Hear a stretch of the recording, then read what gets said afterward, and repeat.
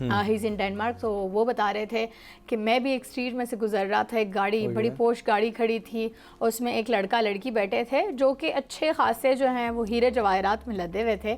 وہ کہہ رہے ہیں مجھے کہتے ہیں کہ جی ہم سعودیہ سے آئے ہیں تو ہمارے پاس جو ہے وہ یہاں کے پیسے نہیں ہیں, تو آپ یہ انگوٹھی پکڑ لیں اور آپ ہمیں پیسے دے دیں, ہماری گاڑی میں پیٹرول ختم ہو گیا. یہ اوریجنل لائک وائس نوٹ انہوں نے بھیجا تھا. نہیں وہ ظاہر ہے پاکستان سے گئے ہیں, ان کو آئیڈیا تھا. ایگزیکٹلی انہوں نے آگے سے کہا کہ میری بات سنو بیٹا, آپ کے پاس بہت پیسے ہوں گے تو آپ مجھے سعودیہ سے ہی آئے, آپ مجھے ریال دیں, میں آپ کو یہاں کی کرنسی دے دیتا ہوں. تو کہتے اس نے کہا کہ نہیں میرے پاس وہ بھی نہیں ہے. تو کس نے کہا اچھا یہ انگوٹھی پکڑو, پیٹرول پمپ پہ چلے جاؤ, یہ اس کو دے دو, وہ تمہیں پیٹرول ڈال کے دے گا. کہتے اس نے کہا نہیں ایسے بھی نہیں. کہتے میں نے کہا چلو اپنی گلی کی جو چین ہے وہ اتار کے دے دینا, تب تو دے دے گا پیٹرول.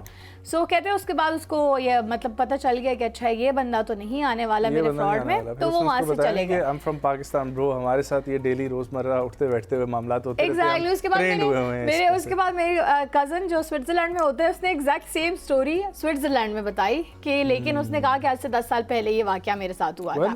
ایسی تو چیزیں ہر جگہ ہی ہوتے ہیں. کرمنل مائنڈ سیٹ جو ہے نا وہ بڑا تیز اور شاطر ہوتا ہے, اور نئی ٹیکنیکس وہ نکالتے رہتے ہیں. اکثر جو ہمارے بھی دوست ہوتے ہیں نا FIA میں آگے پیچھے, ان سے ہم پوچھتے ہیں, وہ بولتے ہیں کہ جب تک ہم ایک نیٹ ورک کو ٹریس کرتے ہیں نا, وہی بندہ اپنا ایک نیا نیٹ ورک بنا چکا ہوتا ہے, پھر ہمیں اس نیٹ ورک کو جب ٹریس کر رہے ہوتے ہیں ہمیں پتہ لگتا ہے اچھا ایسے بھی لوپ ہول نکل سکتا ہے, اور اتنی دیر میں ایک نیا لوپ ہول جو ہے وہ سامنے آ جاتا ہے. ٹرو. تو آئی تھنک یہ صرف پاکستان میں نہیں ہوتا یہ ہر جگہ ہی ہے, بٹ بات یہ ہے کہ ہاں احتیاط برتنی چاہیے. اور کل میں کچھ اپنے امریکن ڈپلومیٹس کے ساتھ بیٹھا ہوا, اینڈ دے ور لائک, ہم لوگ پاکستان کے حوالے سے ذکر کرتے ہیں, انہوں نے بولا پاکستان بڑا سیف ہو گیا. میں نے بولا ہاں بالکل سیف ہو گیا. اس نے مجھے بولا پاکستان میں کوئی علاقہ ایسا جو آپ کو لگتا ہو کہ انسیف ہے یہ وہ. تو میں نے بولا کہ موسٹلی ایسا تو ایسا KP ایک وقت میں ہوتا تھا, لیکن اب KP سارا کلین ہے, پنجاب کلین ہے, آپ کو گلگت بہت سا اس طریقے سے سیکورٹی فری ملے گا.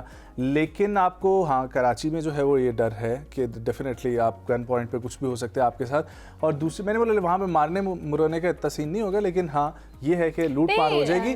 دوسرا جب باقی ملکوں میں بھی اگر ہم دیکھیں نا, ایگزیکٹلی میں وہی آپ کو بتانے لگا ہوں نا. پھر آگے سے پھر انہوں نے کوٹ کیا کہ جب ہم تھے برازیل میں, تو انہوں نے بولا کہ برازیل میں جو ہے یہ تو بہت عام ہے کہ آپ ڈاؤن دا اسٹریٹ گئے ہو اور جا کے اتنی دیر میں آپ جو ہے نا اپنے 2 آئی فون کھو کے آ گئے ہو, آپ کی پاکٹ مار لی جائے گی. ٹھیک ہے, اگر آپ کے گن پوائنٹ پہ نہیں بھی چھینا جائے گا, وہ اتنے شاطر ہیں, ہاتھ کی صفائی ان کی اتنی ہے کہ آپ کسی پارٹی میں جاؤ اور وہاں پہ آپ کے جو ہے ان کی ہاتھ کی صفائی ہم سے بہت اچھی ہے. دوسری بات یہ کہتے ہیں وہ نا اتنا زیادہ واویلا بھی ان چیزوں کا نہیں مچاتے, وہ ملک کی امیج کو ذرا سافٹ دکھانے کے لیے میڈیا پہ ان چیزوں کو نہیں اچھالتے ہوتے. ہمارے یہاں یہ ہوتا ہے کہ جی ہمارے کچھ بھی ہو گیا تو بس ہم ضرور جو ہے اس کا شور مچانا شروع کر دیتے ہیں کہ یہ ہو گیا.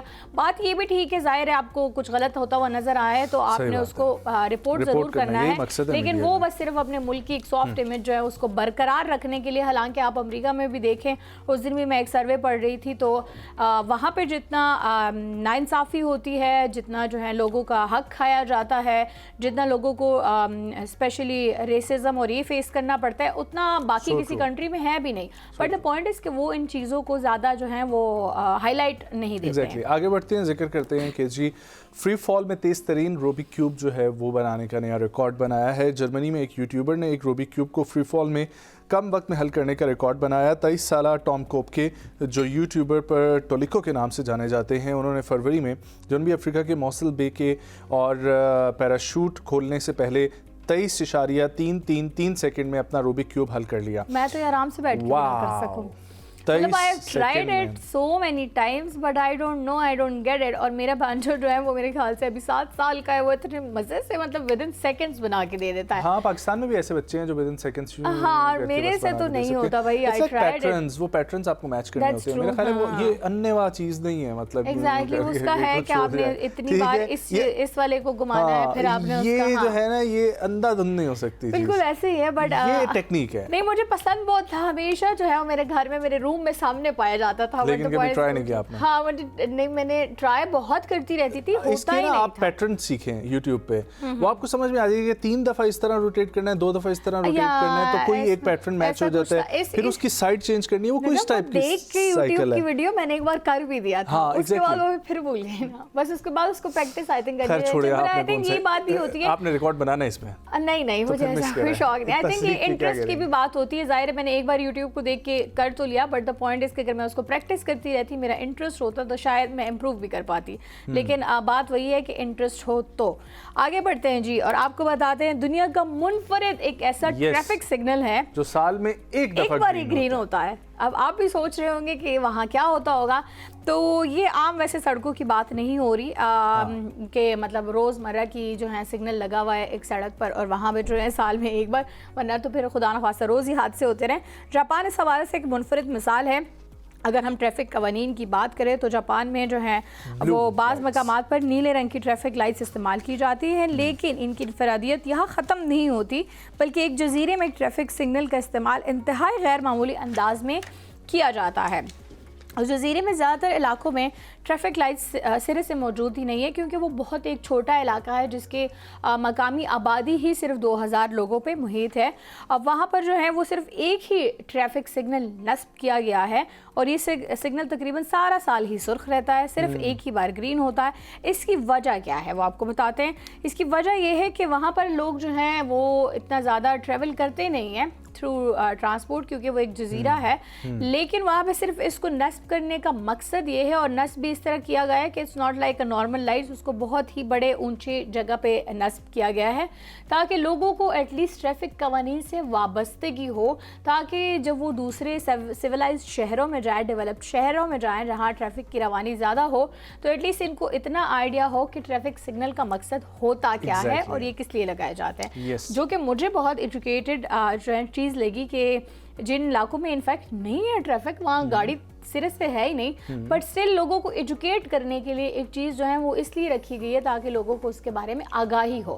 تو آگاہی اتنی ضروری ہے, اور ہمارے ہاں دیکھا جائے تو بڑی بڑی چیزوں کی آگاہی نہیں ہوتی. جیسے ہم پولیو مہم کی بات کریں تو والنٹیئرس تو ہوتے ہیں, جا کے وہ اپنی طرف سے بتانے کی کوشش بھی کرتے ہیں, بٹ بہت سارے لوگ ان کو نگلیکٹ کرتے ہیں, اگنور کرتے ہیں, اور پولیو کے قطرے پلاتے ہی نہیں ہے, جس کی وجہ سے پاکستان کبھی پولیو کے اس سے نکل ہی نہیں سکا. سو میرے خیال سے اویئرنیس از ویری امپورٹنٹ, اور پاکستان بھی اپنے حد تک بہت کوشش کرتا ہے, بٹ ہمیں تھوڑی کوآپریشن دکھانی ہوگی. ڈیفینیٹلی. Let's move forward. آگے ہمارے پاس خبر یہ ہے کہ پاکستان کے ایک بڑے پروڈیوسر اور ڈائریکٹر سید نور, انہوں نے کچھ باتیں کی ہیں اپنی نئی فلم کے حوالے سے, اور انہوں نے ذکر کیا پاکستان کے ایکٹرز کے حوالے سے. وہ آئیے آپ کو بتاتے ہیں. پاکستان فلم انڈسٹری کے نامور ڈائریکٹر سید نور نے ایک انٹرویو میں کہا کہ پہلے تو اداکار بہت تعاون کیا کرتے تھے ہمارے ساتھ, لیکن اب تعاون نہیں کرتے. انہوں نے کہا کہ میں نے سنا ہے کہ اب اداکار کہتے ہیں کہ میرے پاس سیکٹری ہوگا, پرسنل میک اپ آرٹسٹ ہوگا, ہیئر ڈریسر ہوگا, بزنس کلاس ٹکٹ ہوگی اور وینٹی ہوگی. انہوں نے کہا کہ یعنی اداکاروں کی کام کی طرف توجہ نہیں ہے لیکن دوسری چیزوں کی طرف دھیان. انہوں نے یہ بھی کہا کہ میں اس کو اداکاروں کے نخرے نہیں کہوں گا بلکہ یہ کہوں گا پروٹوکولز, اور جو ان کے پروٹوکولز کو افورڈ کر سکتے ہیں ان کے ساتھ کام کر رہے ہیں, لیکن میں ان کے پروٹوکولز کو افورڈ نہیں کر سکتا. اسی لیے مجھے دشواری کا سامنا ہے کہ میں فلم اپنی جو ہے چوڑیاں 2 اس کے لیے ہیروئن کو کاسٹ کرنے کے حوالے سے. اب یہاں پر سید نور صاحب از ویری ریسپیکٹیبل. انہوں نے پاکستان کی فلم انڈسٹری کے لیے بہت کام کیا, اور ایسے اداکار جو ان کے ساتھ تعاون نہیں کر رہے, میرا خیال ہے کہ ان کو تعاون کرنا چاہیے کیونکہ ایک وہ سینئر ہیں اس کے ناطے سے. لیکن آن دی ادر ہینڈ اگر میں جو انہوں نے جس طریقے سے ڈیٹیلز بیان کی ہیں, تو میں یہ کہتا ہوں کہ ایک ایکٹر کو پرسنل میک اپ آرٹسٹ بھی ملنا چاہیے, ہیئر ڈریسر بھی ملنا چاہیے, وینٹی بھی ملنی چاہیے, بزنس کلاس ٹکٹ بھی ملنی چاہیے. اس کے علاوہ بھی اگر 6-7 چیزیں اور بھی دی جا سکتی ہیں تو دینی چاہیے. They are the true ambassadors, اور وہ اپنے کام کی طرف توجہ بھی دیتے ہیں. اور پاکستان کے بہت اچھے اداکار ہیں. ہمارے پاس اس طریقے سے اکیڈمیز کہاں پر ہیں, ہمارے پاس اس طریقے سے گرومنگ سکولز کہاں پر ہیں, ہمارے پاس اس طریقے سے ڈائریکٹرز کون سے ہیں کہ میں ایکٹنگ میں رہا ہوں. کون سا ڈائریکٹر آپ کو آ کے بتاتا ہے کہ آپ یوں کریں, ایسے کریں, ویسے کریں؟ ڈائریکٹر صرف اور صرف آپ کا جو لیڈ ہے اس کے اوپر فوکس کر رہا ہوتا ہے. آن دی ادر ہینڈ اگر آپ نیٹ فلکس کو دیکھیں, اپنے پڑوسی ملک کو دیکھیں, یا انٹرنیشنلی سینما کو دیکھیں, ہر ایکٹر کے اوپر فوکس کر کے اس کی سٹوری لائن بنائی جاتی ہے, اس کا کریکٹر ڈیزائن کیا جاتا ہے, اس کو امپورٹنس دی جاتی ہے. لیکن یہاں پر صرف ایک ہیرو اور ہیروئن کو جو ہے امپورٹنس دی جاتی ہے, اور باقی سب کریکٹرز کو صرف سائڈ پہ جو ہے نا وہ ایک فلر کے طور پر اکٹھا کر دیا جاتا ہے, جس کی وجہ سے آپ کے ڈراماز, آپ کی فلمز اتنی مضبوط نہیں بن پا رہی. ڈراماز کی میں بات نہیں کروں گا, فلمز مضبوط نہیں بن پا رہی. اس لیے ایکٹرز کو وہ اعتماد چاہیے ہوتا ہے, اور وہ ہیروئک فیل چاہیے ہوتی ہے آلریڈی سیٹ پر بھی اور آف دی سیٹ بھی, کہ وہ ایکچولی جب پرفارم کرے فلم کے اندر یا ڈرامے کے اندر تو وہ خود کو ہیرو سمجھے، اور اس کے لیے یہ لوازمات انتہائی ضروری ہیں. And if I am talking about Syed Noor صاحب کے کام کے حوالے سے، انہوں نے ہسٹری کے جو اولڈ اسکول تھا، اولڈ تھاٹ آف سینما تھی، اس کے لحاظ سے بہت اچھا کام کیا ہے، اور شاید وہ پاکستان کے one of the great directors ہیں اس وقت کے. لیکن آج کے دور میں دنیا کے ٹرینڈز تبدیل ہو چکے ہیں، اور اب آپ نام سے ہی اندازہ لگا لیں کہ فلم کس قسم کی جو ہے وہ نام سے ہی نظر آ رہی ہے. اور بالکل ایسے ہی ہے، لیکن وہ ہے کہ آپ کی بات ٹھیک ہے، دنیا کے ساتھ ساتھ ہمیں مولڈ ہونا پڑتا ہے. اب دیکھیں سپوز ہم پاکستان سے باہر جا رہے ہیں، رائٹ، تو ہمیں وہاں کے اکارڈنگلی، انفیکٹ پاکستانی لوگ جو ہیں وہاں جا کے زیادہ ڈسپلن کو فالو کرتے ہیں اور یہاں پر نہیں کرتے. سو جیسا دیس ہوتا ہے ویسا ہی بیس ہوتا ہے. سو ماڈرن جتنا، اب لیٹ سپوز مجھے آج کل اے آئی نہیں اتنا خاص یوز کرنا آ رہا، but I have to adapt it because یہ آج کے نئے دور کی ایک ضرورت بن چکا ہے. سو اسی طرح اگر اپنی ضرورت کے تحت جو ہیں وہ پروٹوکولز رکھتے ہیں ایکٹرز اور ایکٹریسز، تو آئی تھنک یہ ان کا بنیادی حق ہے. لیکن اس پہ میں یہ بھی کامنٹ ساتھ کرنا چاہوں گی کہ کل ہی میں پرسوں ایک اور شو دیکھ رہی تھی جس میں یہ کہا جا رہا تھا کہ جو ہماری سینئر بھی نہیں کہہ سکتے، لیکن جو اداکارائیں مین رولز میں ہوتی ہیں وہ زیادہ ٹینٹرمز دکھاتی ہیں ایز کمپیئر ٹو اگر ان کی سینئر اداکارائیں بھی ہیں لیکن وہ ان کی ماں کے رول کو اب پہنچ چکی ہیں تو وہ ان کو رسپیکٹ نہیں دیتی ہے. سو آئی تھنک اس چیز پہ تھوڑا ورک کرنے کی ضرورت ہے کہ اس میں بیلنس ہونا چاہیے. باقی خوبصورت دکھنا ہر کسی کا جو ہے وہ حق ہے. ایک اور مارننگ شو میں پاکستان کی ایک اور اداکارہ ارم صاحبہ جو ہیں، جو در فشاں کے حوالے سے گفتگو کر رہی تھی، آپ نے وہ بھی سنی؟ جی میں نے وہ بھی سنی ہے، جس پہ دانش نواز نے جواب بھی دیا ہے ان کو کہ ایسا کچھ بھی نہیں تھا. دانش نواز چھوڑیں، اس پروڈکشن ہاؤس نے پراپرلی جو ہے اس پہ جواب دیا ہے کہ در فشاں، اور جتنا میں نے ان کے ساتھ، لیکن دیکھیے ان کا اب جو ارم کا پوائنٹ تھا وہ یہ تھا کہ میرے سے 40 ڈیز کی ڈیٹس لی گئی تھی اور میرا کانٹریکٹ جو ہے وہ 40 دن کا تھا، لیکن اس کو ایکسٹینڈ کر کے 1 سال تک لے کے جایا گیا.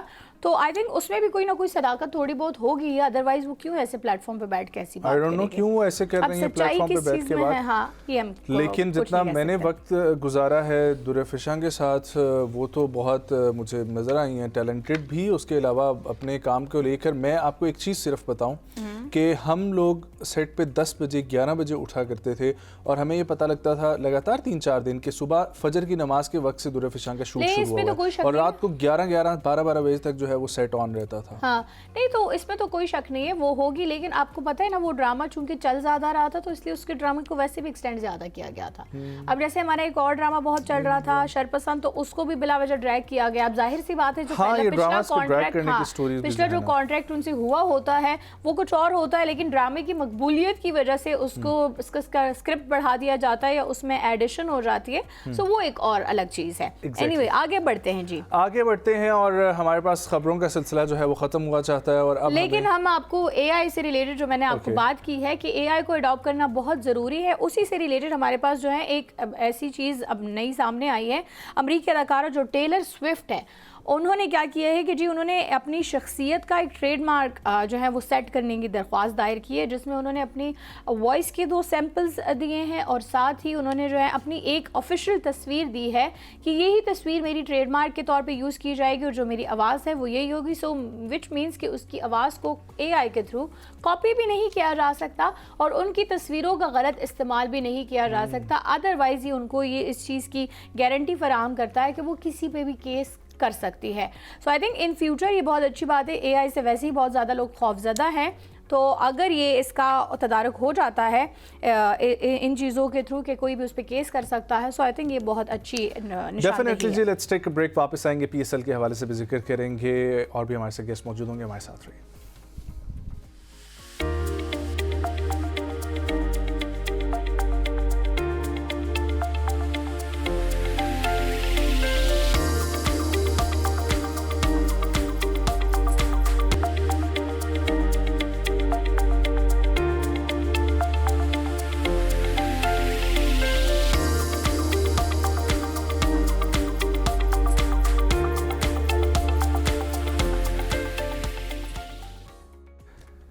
Welcome back viewers once again. اس سیگمنٹ میں ہم لوگ بات کریں گے ایک نیا ابھرنے والا مسئلہ جو سویڈن میں سامنے آیا اس کے حوالے سے.